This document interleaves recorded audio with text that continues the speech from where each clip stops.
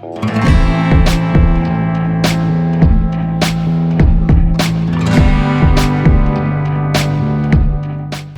বন্ধুরা, এমএস কিচেনে আবারও সকলকে স্বাগত। আজকে তৈরি করে দেখাবো বাদামের ভর্তা। তার জন্য নিয়েছি কাঁচা বাদাম, একটু কাঁচা রসুনের গোটা কোয়া, একটু কাঁচা লঙ্কা আর একটু গোটা জিরে। তার জন্য একটা ফ্রাইং প্যান নিয়েছি, একটু তাতিয়ে নিয়েছি ফ্রাইং প্যানটা। এবার প্রথমে দিয়ে দিলাম রসুনের গোটা কোয়াগুলো, ছাড়ানো রসুনের কোয়াগুলো একটু শুকনো খোলায় ভেজে নেব রসুনগুলো।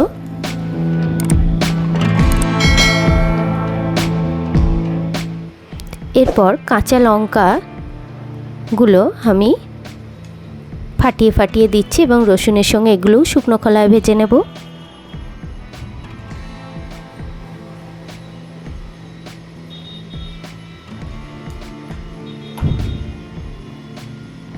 এরপর কাঁচা বাদামগুলোকে একই সঙ্গে রসুন আর কাঁচা লঙ্কার সঙ্গে দিয়ে দিলাম। দিয়ে এগুলোকেও আমি শুকনো খোলায় একই সঙ্গে নাড়াচাড়া করে নেব।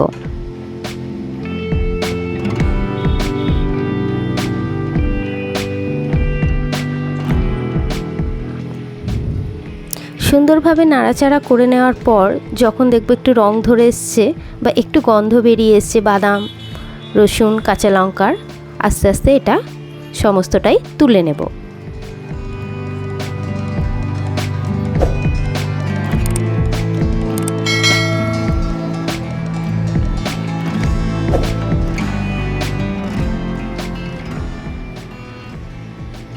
এবার ওই ফ্রাইং প্যানে সামান্য একটু সর্ষের তেল,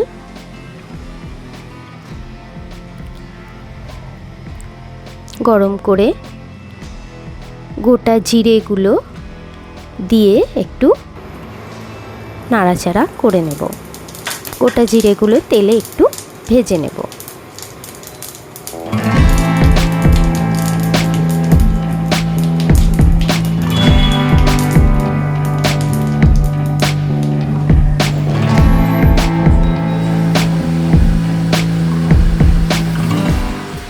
এবার বাদামগুলোকে চেষ্টা করব খোলাগুলোকে এইভাবে ছাড়িয়ে নেওয়ার। হাতে ঘষে ঘষে দেখবেন এমনিই উঠে যাচ্ছে খোলাগুলোকে। সমস্তটা খুলে এইভাবে বাদামগুলো খোলাগুলো ছাড়িয়ে নেব।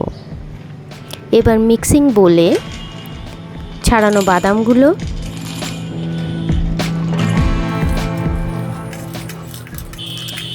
শুকনো খোলায় ভেজে নেওয়া কাঁচা লঙ্কা,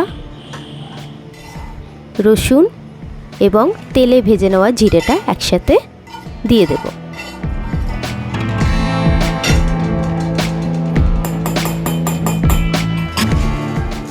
দেব 1 চামচ মতো ছোট চামচের একটু চিনি।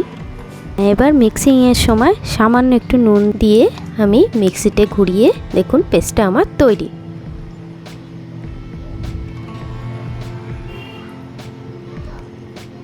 এবার মিশ্রণটা একটা বাটিতে সার্ভ করব। সঙ্গে একটুখানি সর্ষের তেল নিয়ে মিশিয়ে নেব, তাতে জিনিসটা আরেকটু টেস্ট হয়।